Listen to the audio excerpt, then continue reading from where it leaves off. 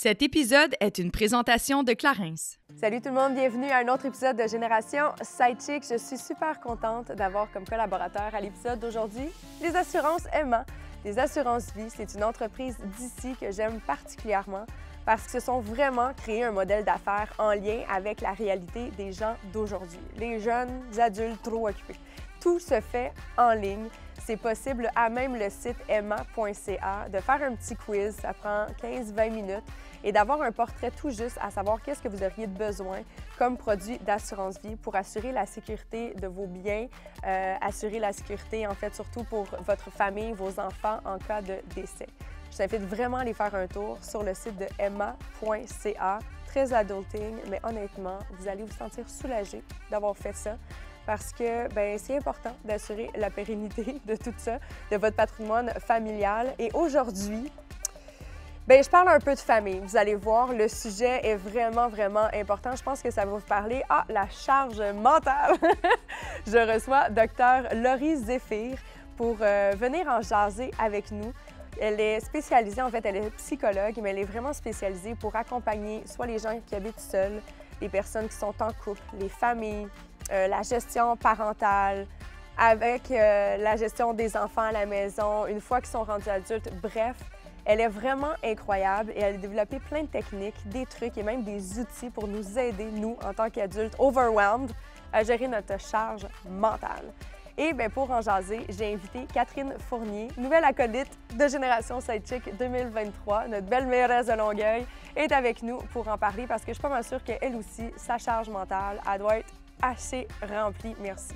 Avant de tomber dans le vif du sujet, on s'en va complètement ailleurs parce que c'est le temps de la Minute Clarins. Et là, j'ai envie de vous parler d'un petit produit vraiment très, très chouette. Si jamais vous êtes du genre à tout vouloir essayer, là, surtout pour les sourcils. Dans les dernières années, ils ont sorti plein d'affaires pour avoir ces sourcils très remplis, brossés par en haut, qui tiennent avec un fixateur. Mais ça, là, ça fait tout ça en même temps. Ça s'appelle, je ne veux juste pas massacrer, le Brow Duo To Go. C'est un duo parce que vous avez deux extrémités. D'un côté, vous avez un applicateur. C'est une poudre qui se transforme un peu en gel à l'application pour vraiment venir teinter, remplir les petits endroits où est-ce qu'il vous manque peut-être un peu de poils. Donc, ça va vous donner un sourcil bien rempli, bien fourni. Et de l'autre côté, c'est un fixateur. Donc, c'est comme une petite brosse de mascara. Teinté également, ça va vous aider à fixer et à brosser vos sourcils, pour assurer un regard sexy et envoûtant. Voilà. C'est disponible dans 4 teintes différentes dans une pharmacie près de chez vous ou sur clarins.ca.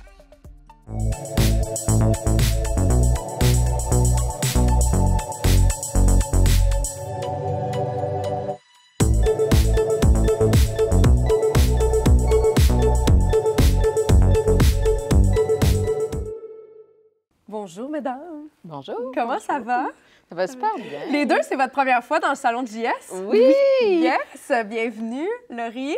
Enchantée. Merci d'avoir fait du temps dans ton horaire très chargé. Ah non, ça fait vraiment plaisir. Je suis contente d'être là. Je suis vraiment contente que tu sois là aussi. Et Catherine, comme première fois comme acolyte? Oui, super contente aussi d'avoir l'occasion de partager ce moment-là avec toi. Puis c'est ma première fois dans le studio, donc c'est très réussi. Merci.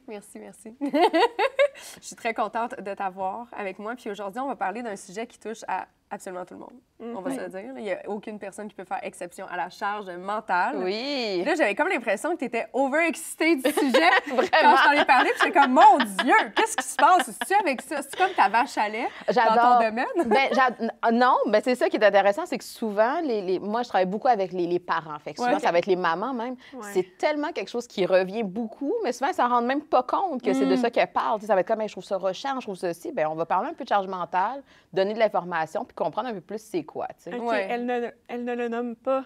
Des fois, non. OK. Des fois, non. Des fois, elles vont être capables de dire « je suis stressée, je suis fatiguée, Ouais. je le vois bien », mais cet aspect-là de la charge mentale, à quel point c'est lourd, des fois, ça m'échappe. Fait que ça t'arrive jamais, mettons, de faire comme, allô, j'avais besoin d'une psychologue, il faut que je gère ma charge mentale. Ça arrive pas, cette affaire-là. Pas tout à fait de même. Tu te décris pas psychologue spécialisé en charge mentale. Non, pas c'est encore. ça, OK, Pas c'est encore. ça, mais après l'épisode d'aujourd'hui... On ça- verra, on verra. Mais tu touches un peu à tout, Laurie, autant que ce soit des situations des personnes qui sont en couple, des personnes qui sont seules. Est-ce que tu as un champ de spécialisation ou c'est vraiment un peu selon ce que les gens ont besoin? Bien, en fait, ma spécialisation, c'est santé mentale maternelle, périnatalité puis attachement parent-enfant. Mais à travers, veux pas ces domaines-là, je travaille beaucoup avec les femmes, la santé des femmes. Je vois beaucoup plus de femmes dans ma clinique que d'hommes, mais tu sais, je pense que c'est quelque chose qui est assez généralisé chez les psychologues. Fait que ça, c'est pas mal ça avec quoi je travaille. Là. OK. Y a-t-il vraiment des statistiques qu'il y a plus de femmes que d'hommes qui consultent des psychologues Absolument. au Québec? Je les connais pas par cœur, mais qu'est-ce qu'on voit, c'est que les femmes sont beaucoup plus portées à les consulter qu'un homme. Tu sais, c'est pour ça que des fois, il va y avoir portées à aller demander de l'aide. Aller demander de l'aide, exactement. Puis c'est pour ça que, tu sais, des fois, il y a des campagnes de pouvoir dire, hey, allez consulter aussi les hommes, les papas, vous avez besoin d'aide, vous aussi. Mais c'est quelque chose qui sont moins portés à les faire, malheureusement. Ça, puis peut-être aussi que, justement, les mamans, on le dit souvent, vont avoir plus, généralement encore de nos jours, là, de charge mentale. Absolument. Par rapport avec les enfants, puis toutes les tâches ménagères, etc. Oui. Bien, dans la parentalité, ça, il y a même des statistiques là, canadiennes qui montrent que tout ce qui est charge mentale familiale, c'est beaucoup plus les femmes qui le portent encore. Mais tu sais, quand on parle de charge mentale, justement, on va penser, bon, tu sais, la gestion des enfants, l'épicerie, puis tout ça. Mais des fois, la charge mentale, c'est l'homme qui la porte de façon très stéréotypée. Là. Des fois, ça va être le papa qui va dire, c'est moi qui prends les rendez-vous au garage, c'est moi qui va faire les choses avec les pneus, peu importe. Fait que, tu sais, des fois, c'est quoi la charge mentale? C'est quoi la perception qu'on a? Puis quand on est étudiant aussi, on peut avoir une charge mentale, mais est-ce qu'on la comprend de cette façon-là? C'est ça qu'on essaie d'explorer. Mais comment tu l'exprimes, là, quelqu'un qui comprend pas, tu sais, ils savent pas c'est quoi le mot charge mentale, comment tu l'expliques? C'est tout ce qui est dans notre tête, tout ce qui occupe de la place? La charge mentale, c'est vraiment tout ce qui est, c'est le travail invisible. OK. C'est ça qui fait en sorte que c'est comme insidieux. C'est pas parfait, on va aller faire le ménage, on va aller faire l'épicerie. Ça, c'est comme, ça fait partie des tâches du quotidien. La charge mentale, c'est, OK, comment est-ce que j'organise l'épicerie? Fait que, par exemple, on rend un cas de parent, là, le chum, il peut y aller, là, dans un couple hétéronormé, là, il peut y aller à l'épicerie, c'est pas ça le problème. Est-ce que c'est la blonde qui est prise en arrière à, je dois penser à qu'est-ce qui manque dans le frigo, je dois penser à c'est quoi les menus de la semaine qui vont venir, je dois penser à quelle quantité qu'il nous faut. Fait que ça, il faut que je le mette sur la liste d'épicerie. Puis tout ce travail-là invisible, ça vient avec une charge, ça vient avec un niveau d'épuisement mental. Puis c'est ça qui fait en sorte que ça peut être très différent entre qui porte la charge mentale dans un couple, par exemple. Oui. Que ce soit dans le day-to-day ou, par exemple, au travail. Tu veux pas, toi, tu as sûrement, Catherine, une charge mentale plus grande qu'une personne qui travaille autonome, seule, sans équipe. Tu as quand même... Oui, il y a peut-être ça, quoique j'ai l'impression que les gens qui ont peut-être un travail très clair, plus procédural, que tu répètes toujours les mêmes actes, d'après moi, il y a peut-être moins de charge mentale que quelqu'un qui soit comme moi, tu sais, gère une équipe quand même assez nombreuse, puis avec plusieurs départements après dans la ville, ou bien un entrepreneur. Moi, je pense que les entrepreneurs ont aussi beaucoup de charge mentale, là, puis tu le sais probablement, parce que tu dois tout organiser, penser comme au détail. Puis en fait, souvent, mais la politique, ça ressemble un peu à l'entrepreneuriat dans le sens que tu dois comme penser à tout aussi. Puis là, tu sais, il y a l'aspect très administratif de mon travail comme mairesse, mais j'ai aussi, tu sais, tout le volet plus politique, quand j'organise les campagnes, tout ça. Fait que c'est tout ça en tête, puis surtout quand tu as des gens qui relèvent de toi. C'est un peu le même principe qu'avoir des enfants. Tu veux comme en prendre soin. Exact. Tu veux rien oublier, rien laisser au hasard. Fait que ça pèse aussi sur les épaules. Tandis que, en tout cas, c'est peut-être une impression que quand tu as un travail peut-être un peu plus normé, plus répétitif, ben, tu sors moins du... Tu as moins à sortir du cadre. Puis, mettons, tu rentres travailler, on utilise l'expression le puncher. Tu rentres, tu sors, après, tu peux peut-être... Bien, c'est parce que ça devient un automatisme, autrement dit. Exactement. C'est sûr que, tu sais, pour alléger la charge mentale, une des stratégies, c'est d'avoir des automatismes, des choses sur lesquelles j'ai plus tant besoin de réfléchir, ça se fait tout seul, fait que je tire pas du jus mental. Mais tu amènes un point intéressant sur le fait que la charge mentale, elle peut s'alourdir. Tu sais, si je suis juste moi tout seul, même si, exemple, comme toi, je connais pas ton contexte de vie, là, mais si, par exemple, je suis moi seule, que j'ai des choses à gérer, mais je suis capable de les planifier et de les organiser, peut-être que ma charge mentale, elle n'est pas trop lourde. Mais si j'ai besoin, je vais prendre ton exemple de ton chien.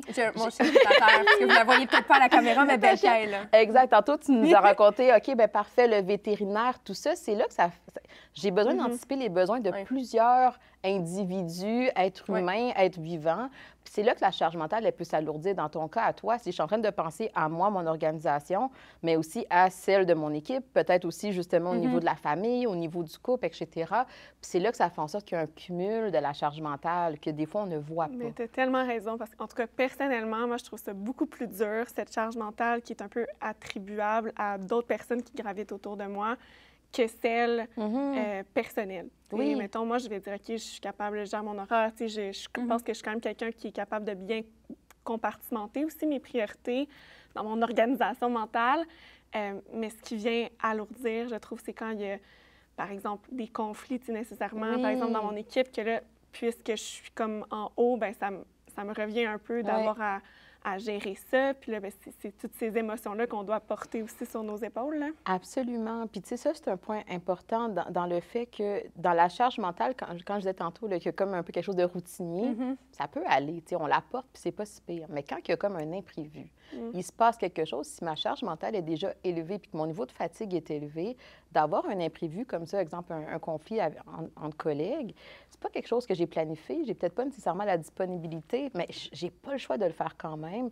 Fait que c'est là que des fois, on voit pas tout à fait à quel point tous ces éléments-là nous grugent l'énergie, puis on va le voir dans notre comportement. On est plus stressé, on peut être plus fébrile, on peut avoir de l'insomnie, on peut avoir des difficultés comportementales en lien avec le fait que mon cerveau, il roule, il part vite, puis il est très chargé.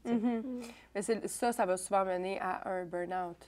Ça pourrait. Ça dépend, en fait, c'est quoi le type d'approche que j'ai par rapport à ma charge mentale. Si j'en suis pas consciente, puis ça fait en sorte que j'accumule, effectivement, que ça pourrait m'amener vers un épuisement. Mais il y a certaines personnes qui ont des bonnes stratégies pour être capables de reconnaître qu'en ce moment, c'est tough. Là, je le vois, là, je commence à déjà être plus fébrile, plus stressée. Je vais prendre une pause. Il y a des choses que je vais commencer à déléguer. Il y a des choses que je vais commencer à me dire, ça peut attendre. Je vais avoir des stratégies pour venir diminuer ça. Mais c'est sûr, il faut que je sois capable de reconnaître ça à la base. Ça, des fois, c'est pas quelque chose qui est facile. Puis parmi les principales stratégies, est-ce que c'est ça? Est-ce que c'est de venir déléguer? Est-ce que c'est de savoir mettre ses limites? Parce que je trouve ça difficile de savoir, autant comme tu disais, c'est un peu invisible, la charge mentale. Personnellement, je trouve ça aussi difficile de savoir quand est-ce que c'est trop. Oui. Quand est-ce que c'est comme dangereux pour faire éventuellement un épuisement? Est-ce que... Parce faut que, être capable de reconnaître justement, les signes avant-coureurs. Je pense qu'on peut avoir l'impression qu'on gère bien ça, Ouais. mais des fois, ce que j'entends, en tout cas, des gens qui ont déjà fait un épuisement professionnel, c'est qu'ils l'ont pas du tout vu venir. Puis probablement qu'à l'intérieur d'eux-mêmes, ils pensaient qu'ils le géraient bien, tu sais, entre guillemets, puis finalement, ça te frappe. On dirait que c'est quelque chose qui me fait quand même peur, puis j'imagine qu'il y a plusieurs personnes qui le pensent. C'est ça, ou tu sais, on peut tomber dans une surcharge, dans une période de surcharge pour l'avoir vécu. Tu sais, on peut tomber un peu en mode veille, un peu en mode automatisme. Exact. Parce qu'on est tellement, justement, en surcharge, on n'est plus capable de réfléchir, fait qu'on fait juste comme arrêter de penser, puis on continue d'avancer, puis on essaie de pallier à tout ce qui est OK, parfait, OK, tu veux que je fasse ça, parfait. Tu sais, on arrête de réfléchir, puis on fait juste agir. Exact. Puis à un moment donné, quand on est comme, il y a comme un trop-plein, c'est là que, je frappe un mur. Je pense que c'est peut-être ça, que les personnes que tu Oui, c'est ça. Fait que c'est comme l'espèce de mode veille qui serait comme avant-coureur d'un épuisement professionnel. Bien, c'est ça. Mais quand on est en mode veille, souvent, je me rends pas compte que je suis en mode veille. C'est quoi les signaux, là? mais c'est un bon point sur le fait que, tu sais, par rapport à la santé psychologique, il faut que je sois capable d'avoir un pas de recul sur moi-même, qui est ma vie un peu. Puis comme que tu dis, des fois, on est tellement pris dans le métro boulot dodo qu'on n'arrive même plus à voir le « Hey, ça fait tellement longtemps que j'ai pas vu mes amis, ça fait tellement longtemps que j'ai pas eu une bonne nuit, ça fait tellement longtemps que j'ai pas fait des affaires que j'aime, ça fait tellement longtemps que je suis genre déprimée dans mon quotidien. » Mais on veut tellement juste être capable de faire notre to-do list puis faire les choses au quotidien qu'on n'est pas capable de prendre ce temps-là d'arrêt, mais on en a de besoin. Puis c'est dans ces situations-là que plus je suis déconnectée un peu de moi, puis plus ça m'amène des fois dans des zones où est-ce que ça peut être un peu plus fragilisant. Mais tu sais, quand tu disais qu'est-ce qu'on fait pour régler la charge mentale ou l'apaiser, bien, il faut la rendre visible. Puis c'est là que des outils comme, regarde, je m'assois là, puis ma charge mentale, je la mets sur papier, littéralement. Au début, ça semble pas naturel, mais c'est peut-être ça qui va me faire voir à quel point, mon Dieu, que je m'en demande dans une journée. Là, je suis en train de faire tout ça, là, puis là, ça fait en sorte que j'ose pas déléguer, justement, j'ose pas faire des choses. Écrire, dans le fond, ce que tu n'écris pas habituellement sur tes listes de choses à faire. Exact. Puis des fois, c'est juste de parler aussi. T'sais, mettons qu'on est un couple, on s'assoit, puis OK, on va se parler de charge mentale. Bon, déjà, il faut avoir la discussion de c'est quoi la charge mentale. Ton partenaire soit en mesure de comprendre qu'est-ce qu'une charge mentale, parce que ça, je ris, puis c'est pas drôle, là. C'est comme à chacun leurs enjeux, mais Ma sœur, elle vient tout juste de partir en vacances, puis ils sont partis pendant 1 mois Wow. en Nouvelle-Zélande avec un bébé de 6 mois. Fait qu'il y avait beaucoup de choses à prévoir. Il va commencer à manger de la nourriture solide pendant qu'il est là-bas. Il y avait beaucoup de choses. Mais, tu sais, écoute, elle dit, je te dis, là, je suis pas partie, là, mais je suis épuisée. J'ai l'impression que je vais péter aux frettes. Elle dit, il y a tellement d'affaires. Puis elle dit, mon chum, il réalise pas. Mais voyons, c'est juste des valises. Non. Ouais. Moi, il faut que je pense que dans 3 mois, il va sûrement avoir d'autres dents qui vont percer. Il faut que je prévoie qu'il va sûrement avoir mal, que ci, que ça. Puis elle dit, pourtant, les deux, on est nouvellement parents. Ouais. Mais lui, il a même pas les réflexes de se rendre là. Ouais. C'est comme, elle dit, pourquoi que les femmes, on est de même? Ah, ça, c'est une bonne question. Mais peut-être que c'est en raison, tu sais, c'est peut-être, ça va peut-être s'améliorer de génération en génération, mais c'est peut-être en raison de comment ça s'était fait jadis à la maison. Ouais, l'évolution de la famille. Jadis, c'était la maman qui s'occupait de la maison. Fait que c'est peut-être des lacunes ou des défaillances, je vais le dire comme ça, même si c'est pas un défaut proprement dit, mais il a été habitué que sa mère elle prenait tout en charge de la maison, fait qu'inconsciemment, il laisse ma soeur tout prendre. Puis même une autre hypothèse, c'est que puisqu'encore aujourd'hui, tu sais, les femmes vont prendre plus de congés de parentalité. Est-ce que c'est l'habitude qui se crée au début de la vie de l'enfant qui fait en sorte que même si les femmes après retournent pour la plupart au travail de nos jours, bien, puisque, par exemple, durant la première année ou les 6-10 premiers mois, c'est la maman qui s'est occupée des soins premiers de l'enfant à temps plein. Est-ce que ça fait en sorte qu'après, le partenaire prend pour acquis ces choses-là parce qu'il n'a pas nécessairement développé les réflexes? Puis en fait... C'est un peu tout ça. C'est dans le sens où nos cerveaux ne sont pas biologiquement programmés pour être comme meilleurs pour organiser. T'sais. Fait que ça, quand on part de ça, comme c'est pas une aptitude. T'es-tu en train de nous dire qu'on n'a pas cette qualité-là? En même temps, ce serait pas fou d'en faire l'hypothèse dans la mesure où, tu sais, si on prend l'évolution là, de Homo sapiens, être humain, tout ça, non, mais on remonte, tu sais, la femme, nécessairement, tu portes l'enfant, est-ce que, tu sais, nécessairement, il peut avoir un réflexe un peu inné d'avoir plus ces automatismes? Bien, il y a plusieurs éléments. Dans le sens où, oui, au niveau hormonal, effectivement, qu'il y a quelque chose qui va être différent. Fait qu'il va y avoir des hormones qui sont sécrétées différemment quand je suis enceinte, quand j'ai mon bébé, j'allaite, etc. Mais par rapport à l'aspect organisation, anticipation, planification, ça, là-dessus, nos cerveaux, ils sont pas nécessairement différents. Puis l'exemple parfait, c'est que des fois, il va y avoir des hommes. Dans la famille, ils ne s'occupent pas de la charge mentale, mais au travail, ils sont bons pour être capables d'avoir la charge mentale. Ils sont justement des boss, etc.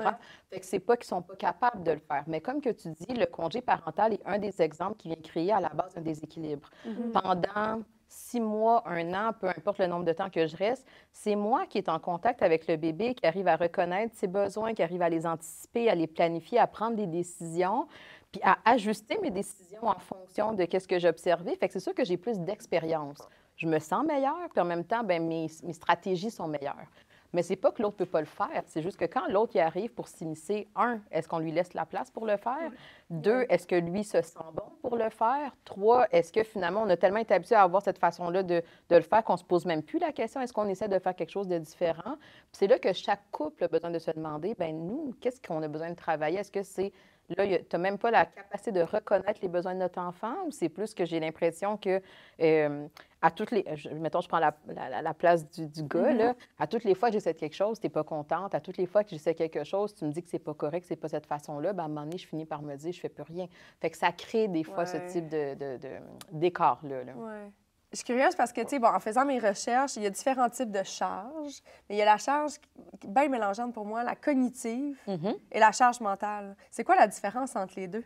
Bien, en fait, la charge mentale, c'est comme un peu celui qui englobe la charge cognitive et la charge, on va dire, émotionnelle. Si je prends, exemple, le cas de la parentalité, la charge cognitive, c'est ça. C'est qu'est-ce qu'on va faire la semaine prochaine, c'est qu'est-ce qu'on a à planifier. Tu sais, c'est vraiment tout ce qui met en lumière mes fonctions exécutives. Là, tu sais, les fonctions exécutives, c'est qu'est-ce qu'on a pour nous aider à organiser, planifier, la mémoire, etc. Vraiment l'organisation. C'est ça. Mais la charge émotionnelle, dans le cas de la parentalité, mais ça peut être dans les couples aussi, c'est comment tu vas, toi. Tu sais, je vais faire le travail de m'assurer que tout le monde va bien, que tout le monde est dans un bien-être, puis de mettre des stratégies pour s'assurer que tout ça fait en sorte que tout le monde se sent bien. Puis quand je mets tout ça ensemble, c'est ça la charge mentale. C'est ce travail-là invisible de penser que quand mon enfant il arrive de l'école, je lui demande comment tu vas. Hey, comment ça s'est passé? Tu avais une chicane avec ton ami?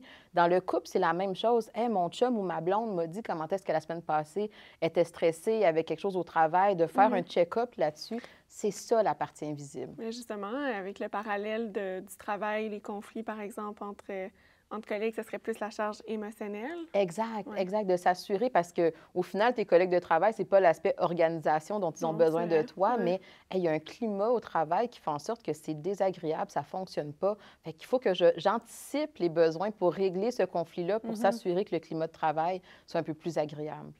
Est-ce que ça vous est déjà arrivé de savoir pertinemment, par exemple, une personne proche de vous avait besoin davantage de support moral, émotif, puis de juste pas vous sentir à la hauteur pour répondre à ses besoins? Hmm. Moi, ça m'est déjà arrivé, puis je me sens tellement pas bien, là. Mais tu sais, mettons, il y a des personnes... Si je pense, mettons, moi, j'étais inévitablement dans une passe plus difficile, moi-même, ma vie, ce que je Ouais. vivais, c'était plus Ouais. drainant. Puis là, arrivait une amie avec un souci, puis je suis comme, hey, en ce moment, je suis pas capable je suis même pas capable de t'écouter parce que c'est comme, j'ai un trop plein. Ouais. C'est trop d'émotions en même temps. Je file déjà pas, fait que je peux pas ajouter un peu. Je le voyais comme une couche supplémentaire de noirceur sur mes épaules, puis je suis comme, je peux pas le recevoir, tu sais. Bien, c'est un peu ça que tu disais tout à l'heure, de tu sais, mettre ses limites. Ça Exact. participe aussi à être une Ouais. stratégie pour pas, justement, tomber dans un Ouais. épuisement. Puis, Oui, exact. Bien, d'être capable de reconnaître ses limites, on parle de quoi? C'est toute la partie de la connaissance de soi. Il faut que je sois capable de me connaître. Tu sais, je prends qu'est-ce que tu viens de dire. C'est que si je veux plaire à mon ami, si je veux être tellement la bonne amie que je veux tout le temps dire oui, mais au final, c'est pas au service de l'amitié parce qu'au final, je l'écoute pas.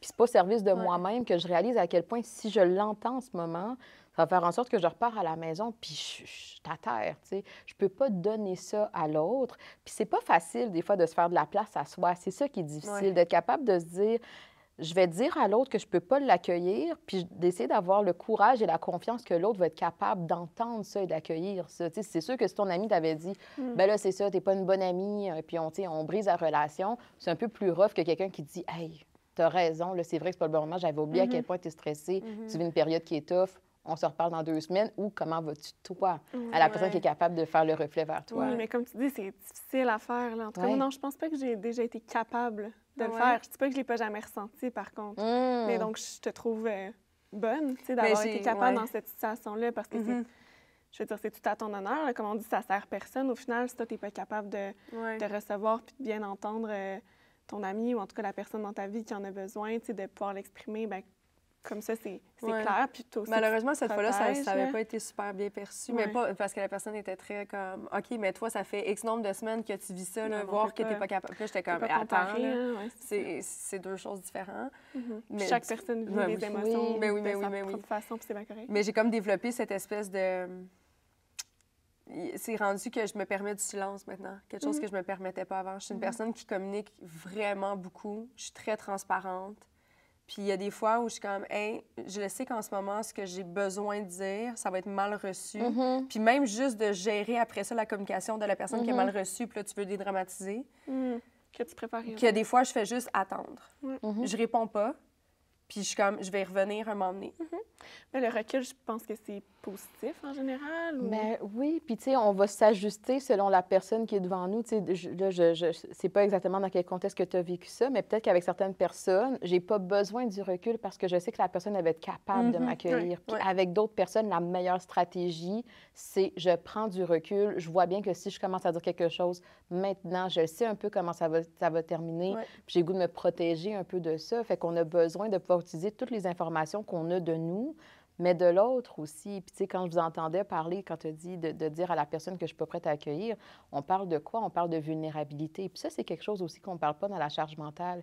Est-ce que je suis capable d'admettre qu'en ce moment, je ne suis pas la personne pour toi? En ce moment, je ne suis pas capable de tout faire qu'est-ce que j'avais sur ma to-do list mentale, etc. Puis ça, c'est quelque chose qu'on est plus ou moins confortable. Des fois, comme humain, on va être capable de performer, on va être capable justement d'atteindre les objectifs, on va être capable d'être la meilleure personne, tu sais, la meilleure version de nous-mêmes. Mais à un certain moment donné, on a aussi besoin d'être vulnérable, d'être capable de se dire non, j'ai pas réponse à tout, je fais des erreurs, j'ai besoin d'un temps de recul, de prendre des pauses. Ça nous permet justement d'avoir quelque chose qui est un peu plus doux à vivre là, dans le quotidien, tu sais. Clairement.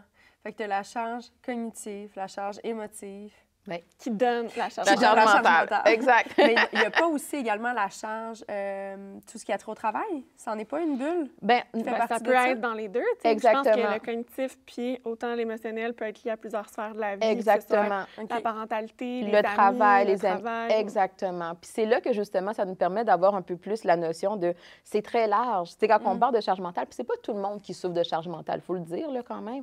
C'est pas tout le monde qui souffre du poids de la charge mentale. C'est juste, quand j'en souffre, est-ce que je suis capable... Tout le monde en a une. C'est ça, ouais. Mais est-ce que, justement, je suis capable de m'en rendre compte quand elle est rendue trop élevée pour mes épaules à moi? Tu sais, dans la parentalité, moi, l'exemple que je donne, c'est, tu sais, si ton enfant il est capable de faire une coupe d'affaires par lui-même, regarde, c'est toi qui t'occupes. Les jeudis matin, tu sais que tu as ton cours de piano, c'est toi qui t'arranges d'avoir comme ton sac à dos, tes affaires. Fait que cette partie-là de la charge mentale, je te la donne. Exactement. Mais maintenant, on peut amener les enfants à être capables à récupérer un peu ça, versus si je réalise que c'est tout le temps moi qui fais tout pour tout le monde, puis je m'en rends pas compte à quel point ça m'affecte au niveau de mes humeurs, de mes symptômes, etc. C'est pas aidant pour personne. Mais non, c'est clair.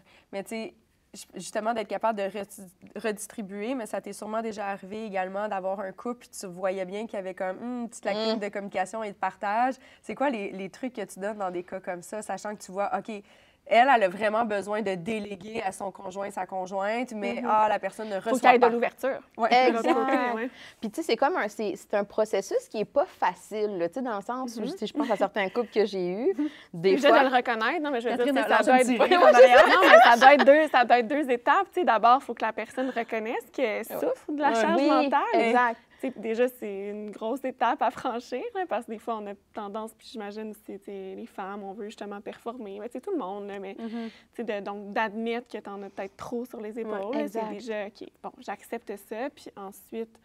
d'avoir l'ouverture avec le conjoint ou la conjointe, effectivement. Exact. Puis, tu sais, des fois, moi, j'en ai des couples qui viennent, puis que, on va y aller vraiment hétéronormatif, là. La femme va dire, c'est de sa faute à lui si je suis autant, si, puis j'en ai autant. Puis l'autre, justement, puis c'est là qui est intéressant en thérapie de couple, l'autre va donner un point de vue. Oui, mais regarde, à tel moment, j'ai essayé de te proposer telle chose. Tu n'as pas voulu cette solution-là. Fait que là, la charge mentale est comme un peu teintée de perfectionnisme, peut-être, de madame. Ça arrive souvent, j'ai l'impression. Je l'ai quand même souvent. On l'entend souvent, là, on l'entend le souvent. perfectionnisme peut vraiment mais contribuer. Dire, mais tu veux pas que ton... Justement, dans un cas hétéronormatif, tu veux pas que ton chum fasse telle affaire parce que toi, tu sais que tu penses que tu vas mieux le faire. Exact. Fait que finalement, tu gardes les tâches, puis là, finalement, c'est de la frustration qui s'accumule. Exact. Mais est-ce que je suis prête à... On va faire le processus de si on veut alléger la charge mentale, moi, ça va me demander de travailler mon perfectionnisme. Puis toi, ça veut dire qu'au début, quand tu vas faire des erreurs, mais en même temps, on va cheminer là-dedans ensemble. Des fois, ça peut être aussi, justement, encore dans un couple hétéronormatif, le gars va dire, ben moi, j'ai l'impression, tu sais, des fois, je peux avoir un peu mes préjugés sur, ben là, qu'est-ce que tu veux que je fasse? Elle allaite, je peux pas allaiter le bébé. Non, c'est pas ça. Tu sais, il y a quand même des choses que tu peux faire. Ça rit, mais je suis comme, mon Dieu, qu'ils sont fatigués avec des espèces de commentaires. Ben, j'y vais vraiment quelque chose de constructif à me dire, reviens-moi. Oui, mais souvent, c'est que le fond de la pensée n'est pas mauvais. C'est juste qu'on a besoin de venir faire des ponts de communication pour être capable de... puis on a tous des exemples de couples comme ça autour de nous. C'est pour ça qu'on rit, parce qu'on le sait que c'est comme ça que ça se passe. Mais souvent, quand on est rendu à un niveau qu'on est tellement blessé par le poids de cette charge mentale-là, qu'à un moment donné, on n'est plus en mode on rit. Là. On est en mode je suis vraiment fâchée, puis je pense peut-être me séparer tellement j'ai l'impression que tu me comprends pas. Puis ça, c'est quelque chose qui est fondamental. Je veux que tu fasses l'effort de me comprendre, de m'entendre. Quand je te dis que je trouve ça tough, ça ne veut pas dire que j'ai les solutions puis que je suis parfaite, là. Mais je veux que tu sois capable au moins de m'entendre puis de m'accueillir là-dedans. J'ai besoin de sentir ça de mon partenaire. De m'entendre, mais aussi, c'est très mince avec la ligne du respect, à mon sens. Ouais. D'avoir l'impression qu'une personne, à la limite, ambitionne ou profite ou n'est pas conscient de ce que je suis en train de faire de mon côté comme effort, puis qui pèse sur ma santé mentale, puis qui continue. Des fois, je suis comme, OK, là, en ce moment, tu me respectes juste pas. Est-ce que ça fait partie de la charge, ça, ce sentiment-là, ou c'est comme un effet? C'est plus un effet. C'est vraiment plus un effet de la charge. Parce qu'encore une fois, tout le monde a une charge mentale, mais c'est pas tout le monde qui en souffre. Puis, tu sais, un élément que tu dis, Cathy, que je trouve qui est intéressant, c'est toute la notion de valorisation. Des fois, c'est comme si je suis frustrée contre toi parce que tu vois pas tous les efforts que ça me demande, puis à quel point, moi, j'ai l'impression de me sacrifier des fois, ou à quel point c'est lourd pour moi. Puis tu n'es même pas capable de reconnaître ça. Quand je te dis justement que je trouve ça intense, tu sais, tu fais comme, ben voyons donc, ou tu ne sembles pas mettre des... Oui, tu banalises. Ou des fois, c'est comme si tu ne mets pas ça en action. OK, oui, je comprends comment est-ce que tu trouves ça difficile, mais le lendemain, il n'y a pas plus d'efforts, il n'y a pas plus de travail. Fait que ça crée justement de la frustration par rapport à ça. Puis même quand on ne souffre pas nécessairement de cette charge mentale-là, parce que l'exemple que tu donnes, ce manque de reconnaissance-là, dans le fond, moi, j'ai l'impression que je le ressens plus que les effets négatifs de la charge mentale comme telle. Mais ça se peut que tu as un besoin de reconnaissance qui est plus que ton partenaire. Moi, en tout cas, je suis comme ça. Mais moi, je parle pas nécessairement dans un contexte de couple. Je parle dans plusieurs sphères, plusieurs sphères de la vie. Puis je sais pas si c'est tant le besoin de reconnaissance ou c'est peut-être vraiment quand il y a un fossé qui est là, quand tu sens vraiment que tu réalises pas, parce que justement, tu vis des situations justement difficiles liées à la charge mentale qui te font pas nécessairement souffrir comme telle, parce qu'on peut avoir des bonnes stratégies pour la gérer. Moi, je pense personnellement que j'en ai. Justement, j'ai une bonne connaissance de moi, fait que ça m'aide à prendre ce recul-là. Mais j'ai l'impression des fois qu'on côtoie d'autres personnes qui réalisent pas non plus à quel point qu'on en a une charge mentale liée avec des interactions, que ce soit personnelles ou professionnelles. Puis moi, ça, je trouve ça frustrant, des fois. Bien, c'est frustrant. Tu sais, c'est un de nos besoins humains, c'est d'être capable de se sentir reconnu par l'autre. Mais tu sais, quand on parle de charge mentale, bien, quand on parle de tous les éléments psycho, c'est sûr que tout est interrelié. Tu sais, toi, qu'est-ce que tu dis? C'est la charge mentale en soi, ça va. Mais l'aspect, par exemple, du manque de reconnaissance de l'autre, ça, par exemple, ça vient me chercher un peu plus. Puis qu'est-ce qu'on peut faire pour regarder cet aspect-là sans que ce soit en lien avec la charge mentale? C'est peut-être là-dessus que je veux travailler. Fait que c'est pour ça que ça donne une couleur différente à pourquoi qu'on réagit à certaines choses, pourquoi on a des émotions par rapport à certaines choses, puis comment est-ce qu'on veut les exprimer à l'autre aussi. C'est là que ça nous donne un peu plus de finesse sur c'est quoi ma prochaine stratégie ou ma prochaine intervention dans ma vie. Est-ce que c'est à ce moment-là que tu arrives avec ton fameux outil? Quand les personnes ne sont pas capables de reconnaître la charge mentale de son partenaire ou des fois même sa propre charge mentale. Parce que Laurie, je vais vous le mettre. Oui, je vais vous mettre sur le site Internet avec le lien pour le télécharger. L'imprimer ensuite. Oui, sur le frigo. Mais c'est vraiment chouette. En fait, là, je me suis fait un petit impression d'écran, pardon. Mais c'est très simple. À la limite, les gens peuvent le faire eux-mêmes avec un papier crayon. C'est rien compliqué. Mais c'est juste de le mettre sur papier. Tu commences avec d'abord ce que je dois faire.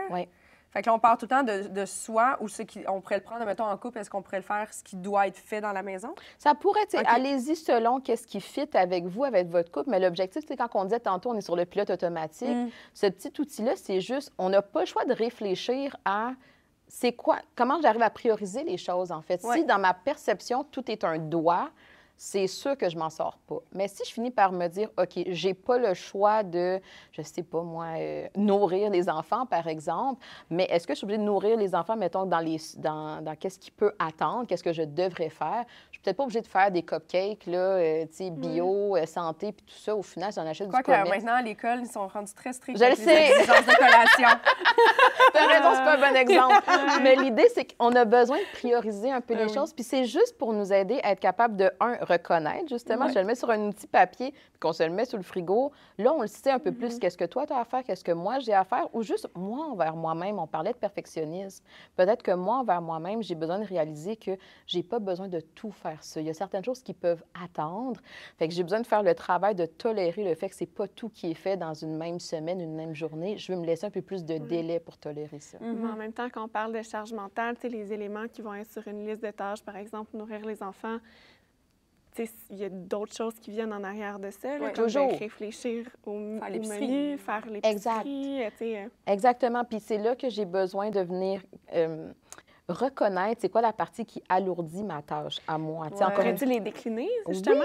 Parce que j'ai l'impression que si on met juste, ça devient juste comme une espèce de liste de choses à faire, tandis que tu réalises des fois dans ta liste de choses à faire, si on avait des sous-couches, je vais dire, hey, mais cette tâche-là apparaît petite quand tu la mets juste sur ta liste, mais au final, ça me demande telle affaire mentalement. Exact, mais c'est un bon point que tu amènes sur, il faut que je sois capable d'être créatif sur qu'est-ce qu'on a de besoin, moi. Encore une fois, c'est pas tout le monde qui souffre de charge mentale.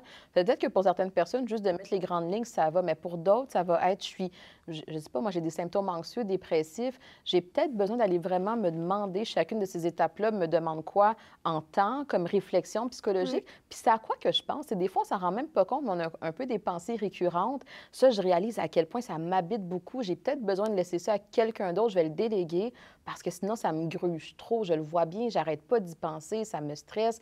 Au travail, des fois, il y a des projets là, qui nous prennent comme ça, qu'on fait juste tout le temps y penser, on est dans notre douche, c'est tout le temps là. Je vais peut-être aller voir mon boss pour aller justement lui dire à quel point ce projet-là, pour l'instant, j'ai peut-être besoin d'une petite pause et voir après ça, c'est quoi l'effet que ça a pour moi. On est en période de test. Je me permets juste de pouvoir jouer avec les éléments pour voir qu'est-ce qui fonctionne mieux pour moi. Fait que tu es dans l'outil, ce que je dois faire, ce que je devrais faire, ce que je pourrais faire, puis ce que je souhaiterais faire. Moi, la meilleure C'est ce que je souhaiterais. Ce que je souhaiterais, c'est celle-là que je veux que les gens ils gardent parce que souvent, toutes les doux, qu'est-ce que je dois faire, c'est tout le temps là. Mais qu'est-ce que je veux faire? Tu sais, qu'est-ce qui va me faire du bien à moi? Et je souhaiterais, combien de fois j'en ai entendu, moi, je souhaiterais tellement m'en aller une journée au spa. Mais c'est sûr, ça ne fit jamais dans les priorités parce que tout le reste prend toute la place. Il faut mettre de la valeur à ça. Puis ce que je pourrais faire, ça, des fois, j'ai besoin de justement avoir un petit discours avec moi-même de c'est pas vrai que c'est obligé d'être moi qui fais ça. Ça peut être quelqu'un d'autre. Puis c'est là qu'on va essayer d'aller déléguer des choses. Oui, c'est vrai que je pourrais, là, je sais pas moi, préparer le 40e anniversaire de mon ami, je pourrais le faire. Mais en ce moment, je n'ai pas l'énergie mentale, je n'ai pas l'énergie physique pour le faire. Je vais peut-être demander à d'autres personnes, pouvez-vous vous en occuper, s'il vous plaît. Mais si je le mets tout dans le « je dois le faire » ou « je devrais le faire », bien, c'est sûr que là, tout s'accumule, puis j'ai l'impression que j'ai aucune place pour respirer, pour me faire de la place là-dedans. C'est ce qu'on s'impose. Exactement. Vraiment. Puis des fois, qu'est-ce qu'on s'impose, ça vient de même notre bagage de vie, tu sais, notre enfance. Est-ce que j'ai toujours eu l'impression que, ou je sais pas, j'ai eu des parents qui étaient très stricts, autoritaires, que j'ai pas le choix de faire ça pour avoir la reconnaissance de l'autre ou me sentir aimée, peu importe. Fait que des fois, ça part de loin à quel point tous mes droits sont là, puis j'ai l'impression que je peux pas en biffer là-dessus. Mais des fois, on réfléchit à ça, tu sais. Oui, oui, clairement. Mon Dieu, ça me parle tellement. Des fois, c'est la pression, ou la pression qu'on se met à nous-mêmes. Des fois, ça vient pas du milieu. Non, c'est ça, ça peut être un peu tout ça. Tu sais, ça a une couleur spécifique à chacun. Tu sais, la pression sociale en est une. On parlait de parentalité. Qu'est-ce que je m'impose à moi-même parce que je pense que c'est ça qu'une mère devrait faire versus qu'est-ce que je me permets de définir pour m'ajuster à ma maternité à moi. C'est un travail que j'ai à faire aussi. Mais tu sais, tout ce qui est pression sociale, il y a quelque chose, puis je sais pas si toi, tu l'as déjà vu, mais sur les réseaux sociaux, c'est pas tout le monde qui est comme ça. Thank God. Mais il y a beaucoup de personnes, on dirait, qui se valorisent avec leur surcharge de travail. Je suis tellement dans le jus. Là, j'arrive, là, je suis fatiguée, j'ai pas eu le temps, là, j'arrête pas de courir. Puis là, ils parlent de ça là, dans leur réseau, là, puis c'est une fierté pour eux d'être submergée. Puis je suis comme, mais mon Dieu, j'écoute tes stories, puis je fais de l'anxiété. Moi, je suis plus genre comme, je me suis fait un mur de post-it, voici les priorités, voici mon genre de verre que je peux faire en dernier. Tu sais, moi, je donne des trucs sur, parce que je fais du timeboxing, des affaires comme ça, mais... Tu as vraiment raison. Il y a du monde qui se valorise c'est avec ça, là. frustrant, mais en même temps, j'ai l'impression que parfois, moi, j'ai vu aussi sur les réseaux un peu le contraire. Des personnes qui sont contentes de rien faire? Bien, puis c'est vraiment correct. Le slow living, par oui, exemple. non, mais c'est vraiment, vraiment correct. Mais moi, des fois, je me sens confrontée, bien honnêtement, de voir que c'est comme juste ça aussi qu'on doit promouvoir, puis qu'on doit... Puis c'est vraiment correct. Tu sais, chacun a son... c'est son style, puis ça dépend des périodes aussi. Des fois, on a le goût d'être plus dans le slow living. Des fois, Exact. on est dans un mode un peu plus actif, là, je vais le dire comme ça. Mais moi, j'ai déjà vu des publications comme ça qui m'ont fait dire, OK, est-ce que c'est moi qui... Est-ce que je suis supposée de me sentir mal? Parce que moi, mettons, je mets des publications sur les réseaux sociaux, je fais souvent des stories de mon travail, puis des fois, c'est quand même intense, puis là, les gens me disent « Ah, mon Dieu, tu travailles beaucoup », puis là, je me dis « Ah, est-ce que j'envoie un mauvais message? Est-ce que je vais me faire juger parce que je suis pas dans le slow living, puis que c'est ça comme un peu plus la mode ces temps-ci? » Fait que pour vrai, non, mais... Oui, mais j'embarque pas plus dans cette catégorie. Ouais, mais façon, en même temps, tu me connais, là. Ben non, tout à fait. Je dis juste que c'est intéressant parce que tu as raison, autant les deux comme... Puis un ou l'autre est correct. C'est un peu fatigant peut-être de voir justement les gens qui se valorisent là-dedans, mais je pense qu'il faut faire attention de ne pas non plus faire sentir mal les gens qui sont... C'est ça. En tout cas, je pense que c'est juste mieux qu'il y ait des nuances dans tout ça. C'est ça. Moi, je dis que c'est gossant parce que c'est comme... C'est la façon que c'est dit, en fait. C'est plus genre, « Hey, salut, je frôle le burn-out et j'en suis fière. » Non, tu devrais peut-être pas être fière de ça. Je suis 100% d'accord. C'est juste que ça m'a fait penser à ce que j'ai déjà eu comme réflexion. Mais tu sais, vois-tu, j'ai une... Oh, excuse-moi, mais ça m'a juste... Quand tu parles de slowpreneur, j'ai une de mes amies qui est adorable, je l'aime d'amour, puis elle a fait des retraites. Elle est partie à Bali, ça fait 4 ans, puis finalement, elle a parti sa vie là-bas, puis elle fait des retraites, puis c'est tout dans le slowpreneur, cette espèce de mot tendance. Là. Puis elle arrête pas, puis elle dit, tu sais, toi puis moi, slowpreneur, puis je suis comme, je suis pas tant slow, non. Je me trouve pas slow pantoute, là. Genre, moi, là où, tu sais, tantôt, au début de la conversation, tu disais, tu sais, des fois, on est comme, hey, là, ça, c'est trop, j'ai besoin de temps pour moi. Là où, malheureusement, puis il faut vraiment, ça fait partie de mes défis 2023, je suis une travaillante et j'aime ce que je fais. Fait que j'ai pas l'impression que je travaille. Ouais.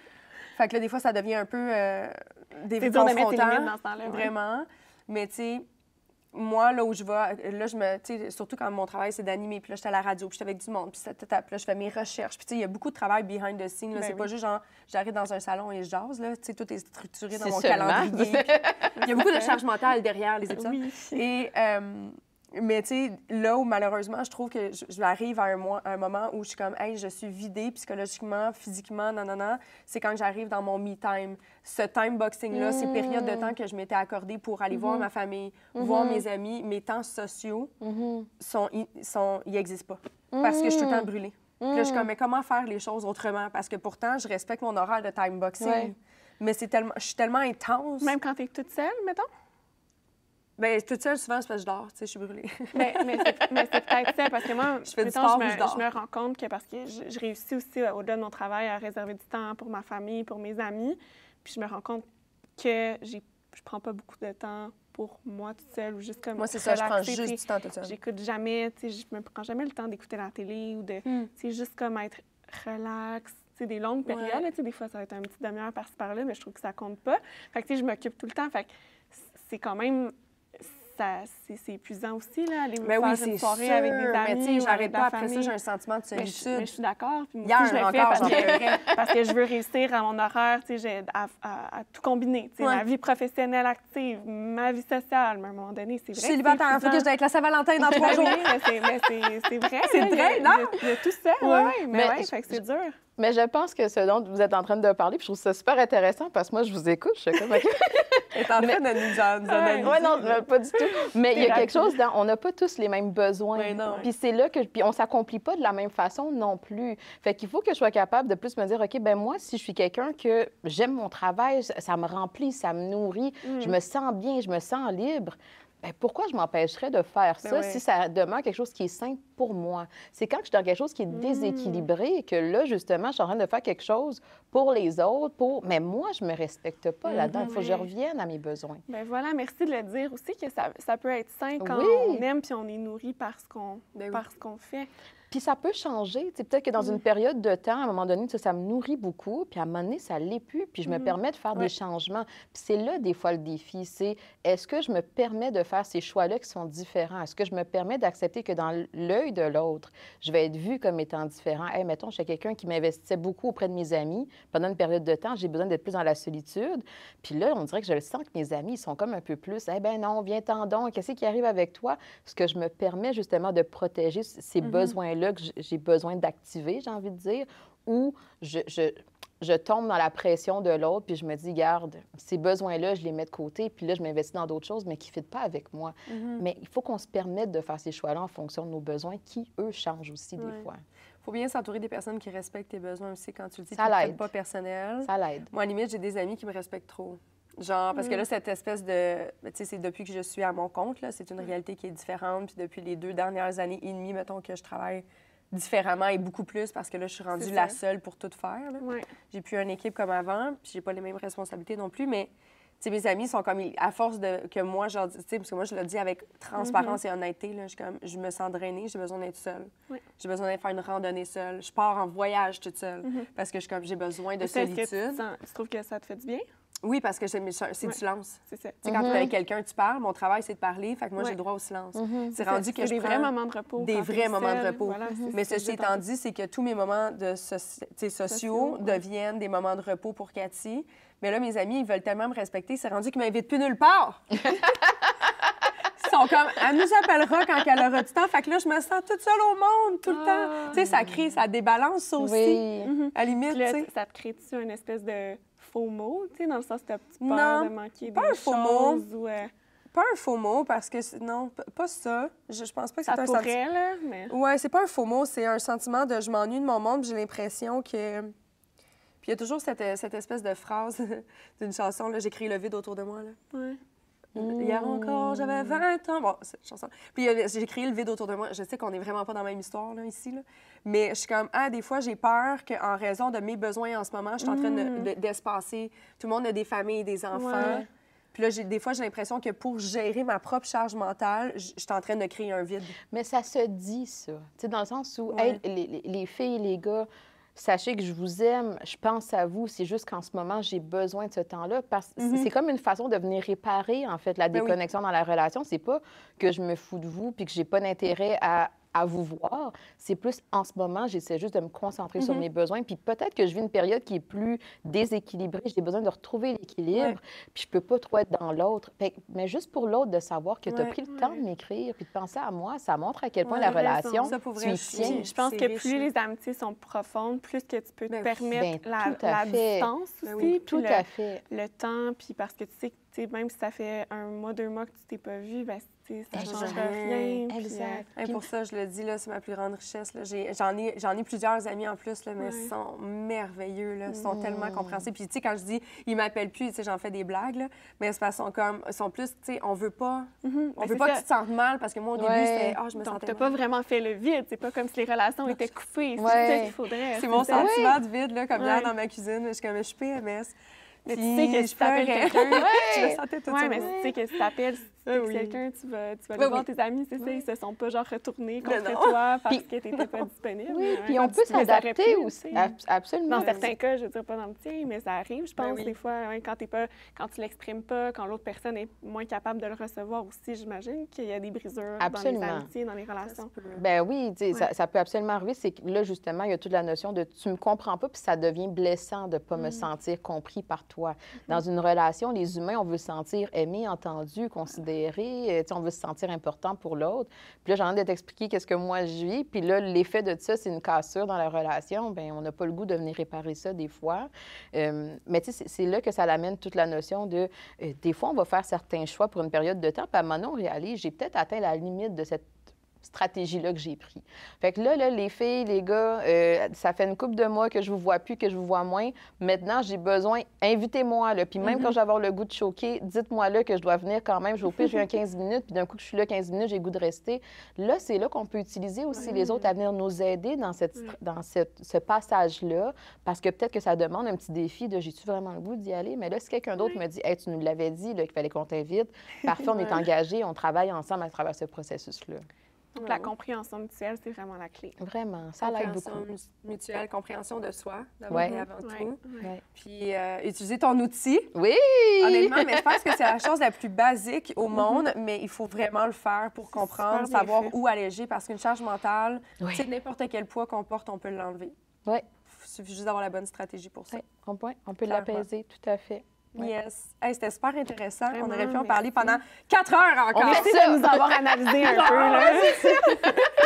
Laurie, on peut te suivre sur Instagram. Tu as un site Internet aussi. Est-ce que tu as encore des plages horaires? Parce que ça se peut que tu reçoives des appels. Oh non! Non, c'est ça. Non, T'es trop en demande. Ben oui, puis en ce moment, les psychologues, en ce moment, malheureusement, on est très en demande. Mais tu sais, c'est sûr que pour tout ce qui est maternité, si les gens ils veulent venir sur Ça va maman, nous, on donne là, des petits trucs comme ça, gratuits. Puis des fois, ça l'aide. Ça peut pas faire nécessairement ça change pas comme une psychothérapie, mais des fois, d'avoir juste des petites réflexions, d'avoir des échanges. Tu sais, qu'est-ce que vous faites là? Ça sert à ça aussi. Hey, je suis dans ma voiture, j'écoute ça, ça me fait réaliser quelque chose. Bien, il est là, nos petits indices de recul qu'on parlait tantôt. C'est ça. Fait que, voilà. Merci, à vous deux. Merci.